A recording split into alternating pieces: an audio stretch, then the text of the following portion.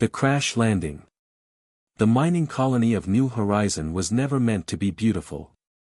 Its stark industrial structures jutted from the rust-colored landscape like metal thorns, surrounded by vast quarries that carved deep wounds into the planet's surface.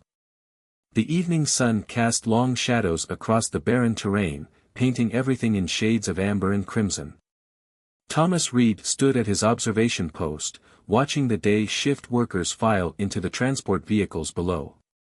His weathered face reflected years of military service followed by a decade of colonial mining operations. The transition from combat medic to mining supervisor hadn't been easy, but here at the edge of human space, he'd found something resembling peace. That peace shattered when a burning object streaked across the sky, trailing smoke and debris. Thomas tracked it with experienced eyes, noting its controlled descent pattern. This wasn't a meteor. The object disappeared behind the ridge of the eastern quarry, and seconds later, a hollow boom echoed across the landscape. "Control, this is Reed," he spoke into his comm unit. "Unknown craft down in Sector 7. I'm going to investigate." "Negative, Supervisor," came the response. "Protocol requires." Thomas switched off. The comm protocol would mean waiting for a security team, and if someone was injured in that crash, they didn't have that kind of time. He grabbed his medical kit, a habit he'd never abandoned, and headed for the maintenance crawler. The journey to the crash site took 20 minutes of careful navigation through the quarry's winding paths. As he crested the final ridge, Thomas's breath caught in his throat. The vessel was unlike anything he'd seen before, sleek, organic curves melded with crystalline structures, now partially shattered from impact. The design was unmistakably Zephalian. His hand instinctively moved to the pistol at his hip. The Zephalians were humanity's most dangerous adversaries, their conflicts having claimed thousands of lives on both sides. Military training screamed at him to call it in, to let the defense forces handle it. But the medic in him noticed the trail of iridescent liquid, Zephalian blood, leading away from the wreckage. Following the trail, Thomas found her collapsed behind a boulder. The Zephalian warrior's scaled skin shimmered with a fading purple hue, a sign of critical injury among their kind. Her combat armor was cracked, revealing numerous wounds. A ceremonial blade lay just beyond her outstretched hand. The warrior's eyes snapped open, revealing vertical pupils that fixed on Thomas with startling intensity. She tried to reach for her weapon but lacked the strength. Instead, she spoke in the distinctive harmonic tones of her species, her translator damaged but still functioning. "End it quickly, human. I will not die a prisoner." Thomas slowly raised his hands, showing they were empty. "I'm a medic," he said clearly, knowing most Zephalian warriors understood basic English. "You've lost a lot of blood. Without treatment, you'll die." The warrior's laugh was bitter. "Why would you help your enemy?" "Because right now, you're not my enemy, you're my patient." Thomas knelt beside her, deliberately leaving her blade where it lay. "I'm Thomas Reed. If you let me help you, I promise no harm will come to you under my care." She studied him for a long moment, her life literally in his hands. Finally, she spoke, "I am Squadron Leader Kyra. I accept your terms, Thomas Reed." As Thomas began treating her wounds, his mind raced with the implications of his choice.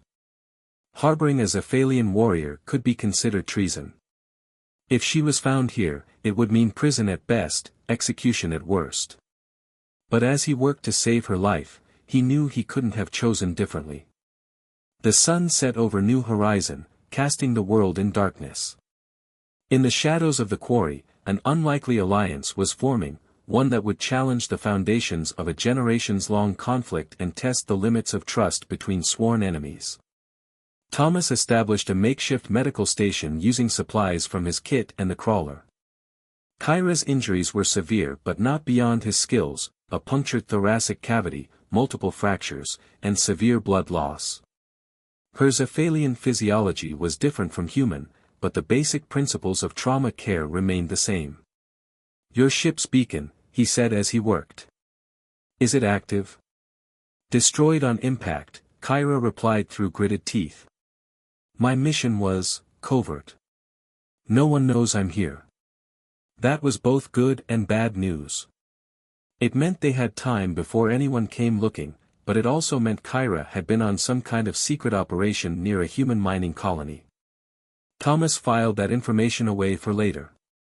I need to move you, he said, finishing the last bandage. I have a shelter in the abandoned section of the mine. Old emergency bunker. Off the grid. Kyra's eyes narrowed. You seem prepared for hiding fugitives, Thomas Reed. Let's just say you learn to keep your options open out here on the frontier. He helped her to her feet, supporting most of her weight. Ready? She nodded once, her fierce pride evident even in her weakened state. As they made their slow way to the crawler, Thomas couldn't shake the feeling that he had just set something momentous in motion. For better or worse, his life would never be the same after this night. The stars emerged above them, distant and cold, watching as human and Zephalian disappeared into the depths of the quarry, leaving behind a crashed ship that would soon draw far more attention than either of them wanted. The abandoned mining bunker lay 3 levels below the quarry's main operation zone. Thomas had discovered it years ago during a routine safety inspection and kept its existence off the official records. The space was small but secure, with its own power supply and basic amenities. Now, it served as a sanctuary for an unlikely pair of fugitives. Kyra sat on the edge of her makeshift bed, watching Thomas change her bandages. 3 days had passed since the crash, and her wounds were healing with remarkable speed, a natural advantage of Zephalian physiology. The silence between them was heavy with unasked questions. Your technique, she finally said, breaking the quiet. It's military. You were a combat medic. Thomas's hands remained steady as he worked. Served 15 years in the Earth Defense Forces. Saw enough combat to last several lifetimes. Yet you chose to save an enemy combatant. Her vertical pupils dilated slightly, a sign of intense focus among her kind. Why? Because I've seen too many die in this war. Thomas secured the last bandage and sat back. Both humans and Zephalians. After a while, you start to wonder what it's all for. Kyra's scaled skin shifted colors slightly, reflecting her inner turmoil. The humans struck first. The massacre at Kelvin 7 was a tragic mistake, Thomas interrupted. A mining explosion that your people mistook for an attack. By the time anyone realized the truth, both sides were already at war. The revelation hit Kyra like a physical blow. That's not possible. Our historical records clearly show. Records written by the victors of each battle. Thomas pulled up an old data pad. I've spent years collecting information, trying to understand how this war started. Want to see what I've found? For hours, they pored over Thomas's research, declassified mission reports, personal accounts, surveillance footage. With each piece of evidence, the carefully constructed narrative of human aggression that Kyra had been taught began to crumble. My entire life, she whispered, I've trained to fight an enemy I was told could never be trusted. My own brother died in the Battle of Proxima believing he was avenging our people's suffering. Thomas watched her carefully. And now? Now. I don't know what to believe. She met his gaze. But I know you had no reason to save me, yet you did. That must count for something. Their conversation was interrupted by a distant rumbling. Thomas rushed to the monitoring system he'd set up. Multiple ships entering atmosphere. 2 distinct signatures, one human, one Zephalian, Kyra finished. My mission wasn't just covert, Thomas. I was carrying sensitive intelligence about human military movements. When I missed my check-in, they came looking. Thomas's mind raced. And our defense forces detected them entering the system. Perfect. The bunker's walls seemed to close in around them as the implications became clear. Above them, 2 hostile forces were about to collide, each believing they were protecting their territory from aggression. The cycle of misunderstanding and violence was about to repeat itself. "I need to contact my ship," Kyra said, attempting to stand. "If I can explain." "You'll be branded a traitor," Thomas warned. "Consorting with the enemy. Same as me, if my people find us." "Then what do you suggest?" Thomas smiled grimly. "I suggest we find a way to make both sides listen. But first, we need to get to the Central Archives. There's something there you need to see, proof that could change everything." The next few hours were a careful dance of preparation. Thomas gathered supplies while Kyra modified the translator she'd salvaged from her ship. They would need to traverse active mining zones to reach the archives, avoiding both human and Zephalian search parties. As they prepared to leave their sanctuary, Kyra caught Thomas's arm. "Why are you really doing this?" "The truth." Thomas was quiet for a moment. "Because 20 years ago, I watched a Zephalian medic try to save a human soldier on the battlefield. Both sides opened fire on them. That's when I realized, we're not so different. We're just better at finding reasons to hate than reasons to understand."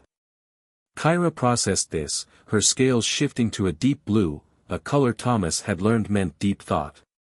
"Among my people, there is a saying, truth fears no light. Perhaps it's time we brought some light to this darkness." They emerged from the bunker into a world of chaos. Above them, ships darted through the sky like angry insects. Searchlights swept the quarry as teams from both sides began their systematic sweep of the area. In the distance, the burned hulk of Kyra's ship had become the center of a growing confrontation. Thomas checked his modified scanner. "We have a clear path to the western maintenance tunnels. If we time this right." An explosion lit up the night sky, followed by the unmistakable sound of weapons fire. The confrontation had begun, and they were running out of time. "Your people are certainly punctual with their aggression," Kyra observed dryly. "Pretty sure those were Zephalian pulse cannons," Thomas countered with a hint of a smile. Their shared gallows humor masked a deeper understanding. They were now perhaps the only hope of preventing another senseless battle.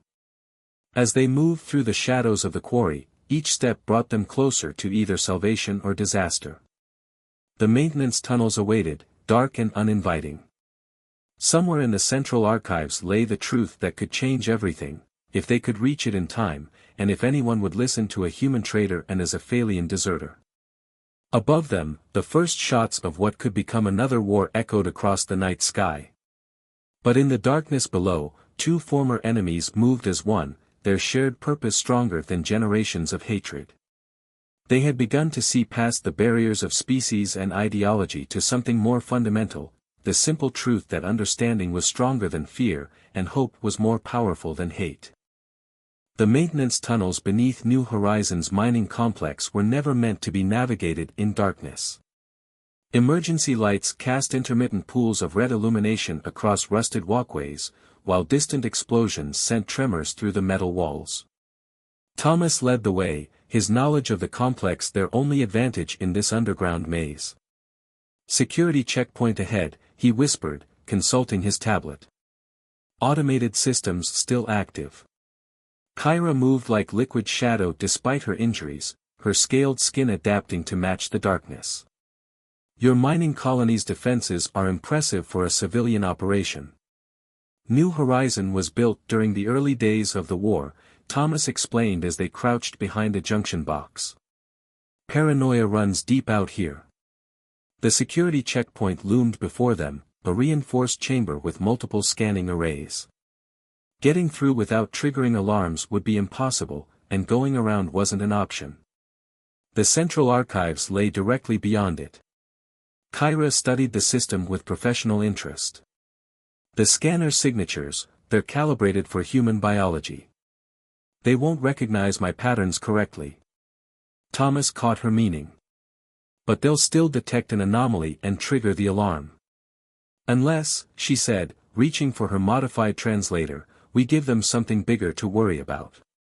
Before Thomas could protest, Kyra had removed the device's power core.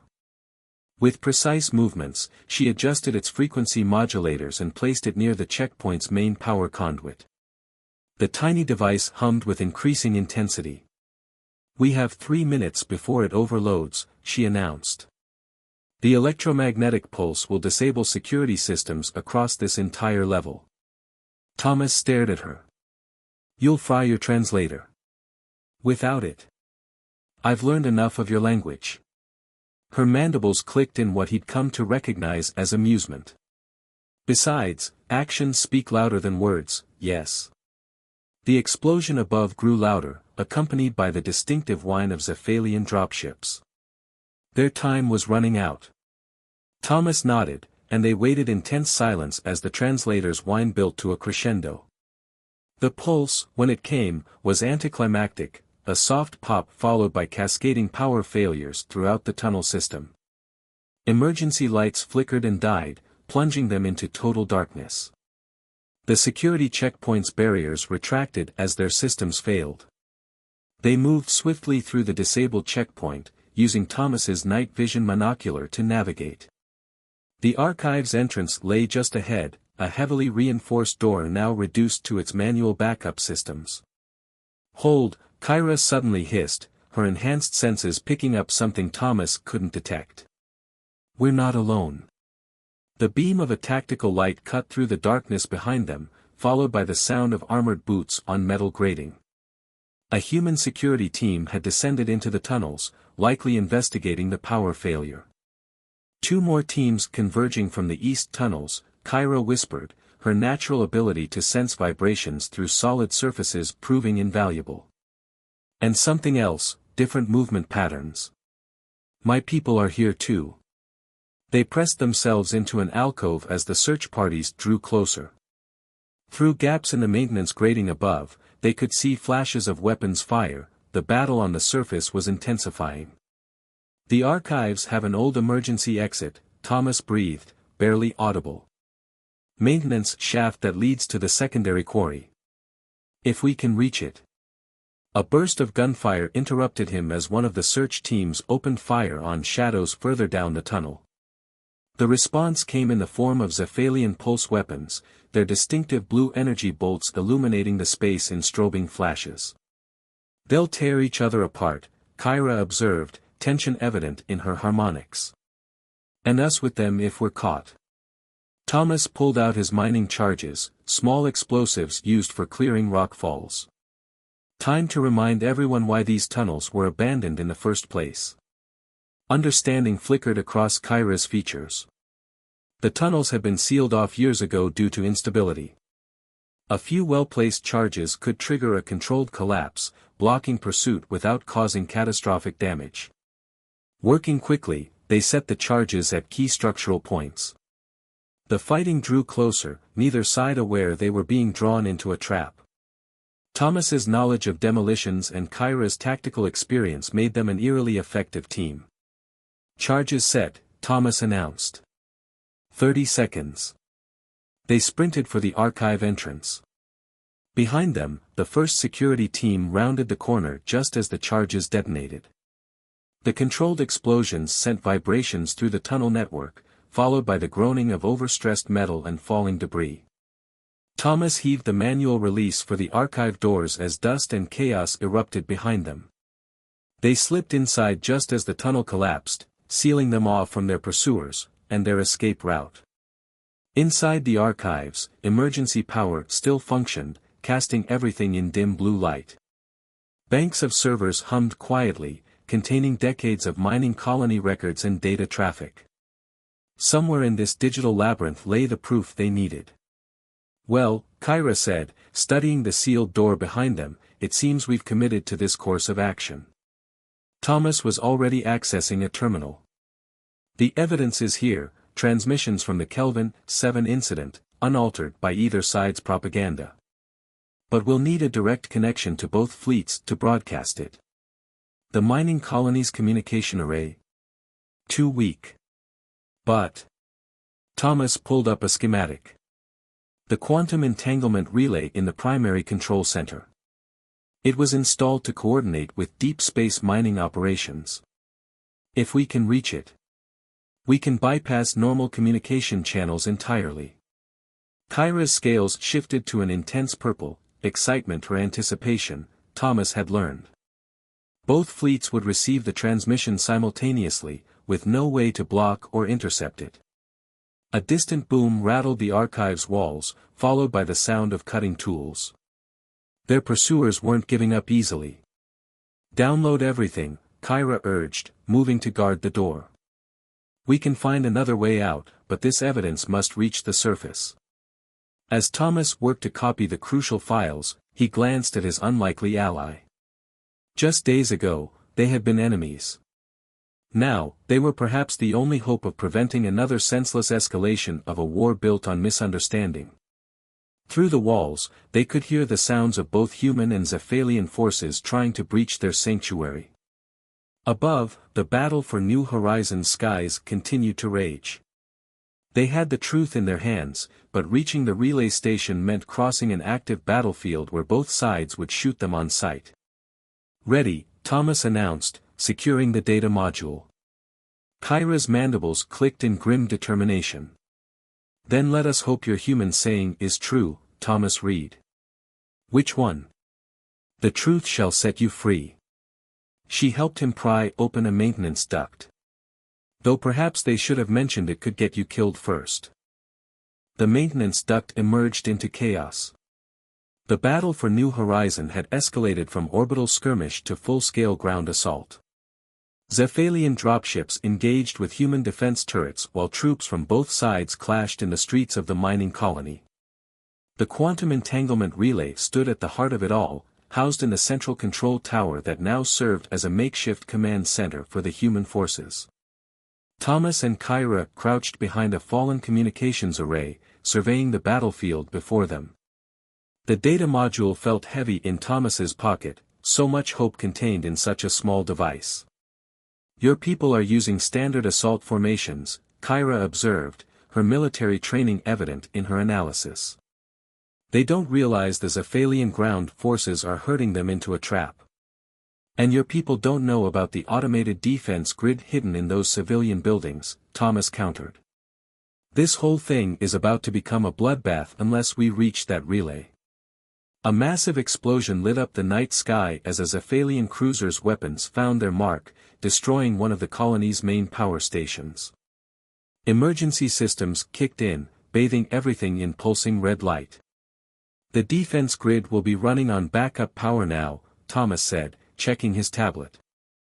"Limited functionality for the next 10 minutes before auxiliary generators kick in. That's our window."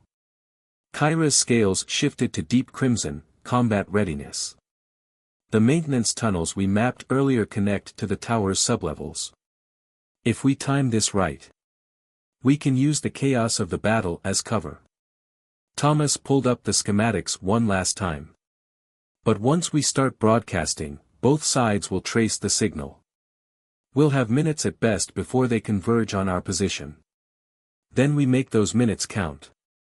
Kyra checked her salvaged pulse pistol, their one piece of functional alien technology. "Ready?"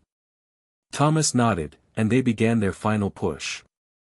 The battle provided perfect cover as they moved from shadow to shadow, neither side expecting anyone to be moving toward the center of the conflict. They reached the maintenance tunnel entrance just as another explosion rocked the colony. The tunnels were mercifully empty, all security forces had been pulled to defend against the Zephalian assault. They moved swiftly through the darkness, guided by Thomas's knowledge of the complex and Kyra's enhanced senses. "Wait," Kyra suddenly hissed, pressing them against a wall. Heavy footsteps echoed through the tunnel ahead, accompanied by voices. "Can't risk them reaching the command center," someone was saying. "If the Zephalians capture our communication systems." "Understood, Commander. Security teams are doing a final sweep now. If anyone's down here, we'll find them." Thomas recognized the voice, Commander Hayes, the colony's head of security. The footsteps drew closer, accompanied by the hum of active scanning equipment. Kyra's grip tightened on her weapon, but Thomas shook his head. They couldn't risk giving away their position, not when they were so close. Instead, He pointed to a maintenance shaft above them, barely large enough for them to squeeze through. They pulled themselves up just as the security team rounded the corner. Through gaps in the shaft's grating, they watched as Hayes and his team passed directly beneath them. One of the scanners beeped, and everyone froze.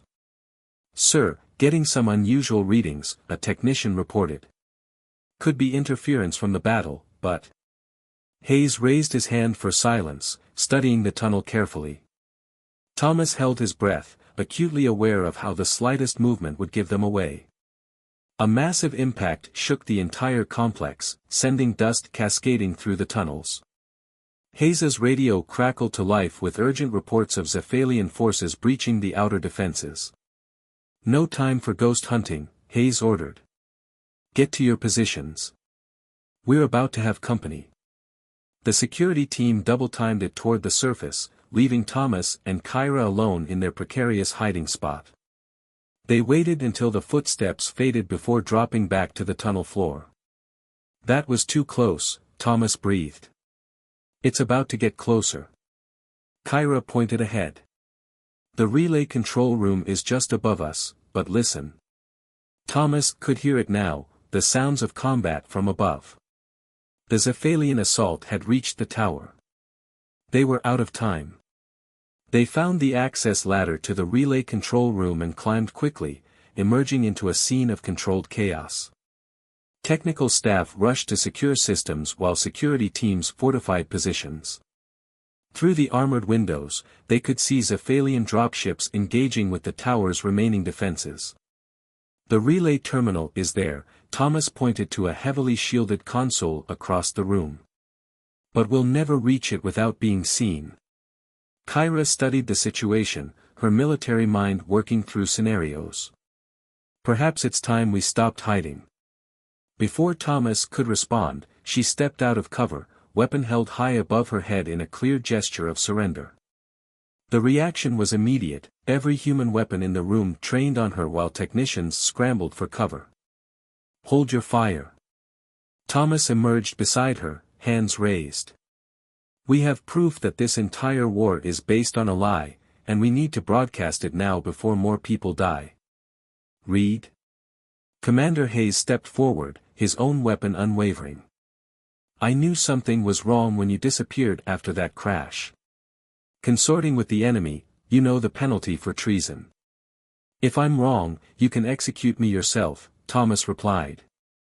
"But first, look at this data. 15 minutes, that's all we're asking. 15 minutes to prevent another 20 years of pointless war." A direct hit rocked the tower, and warning klaxons blared throughout the complex. The Zephalian assault was entering its final phase. Hayes looked from Thomas to Kyra, then at the battles raging outside.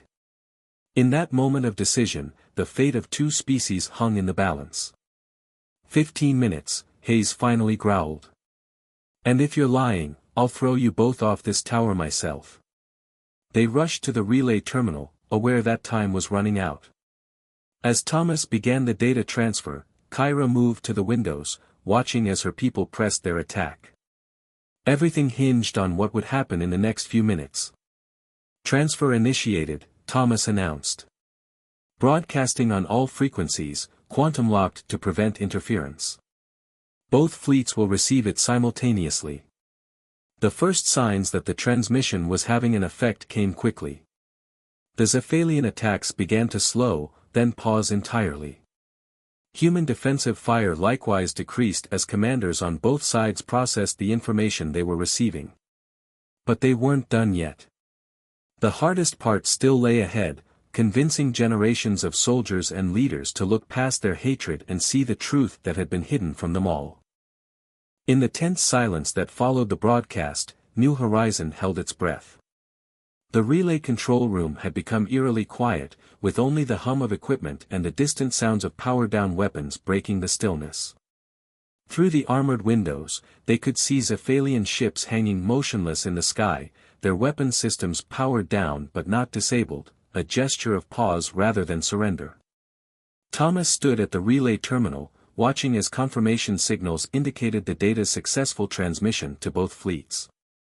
Beside him, Kyra's scales had taken on a shifting pattern of deep blues and purples, emotions too complex for human understanding. Incoming transmission, a technician announced. Multiple sources, both human and Zephalian frequencies. Commander Hayes moved to the main communication console, his expression guarded. Put them through. All of them.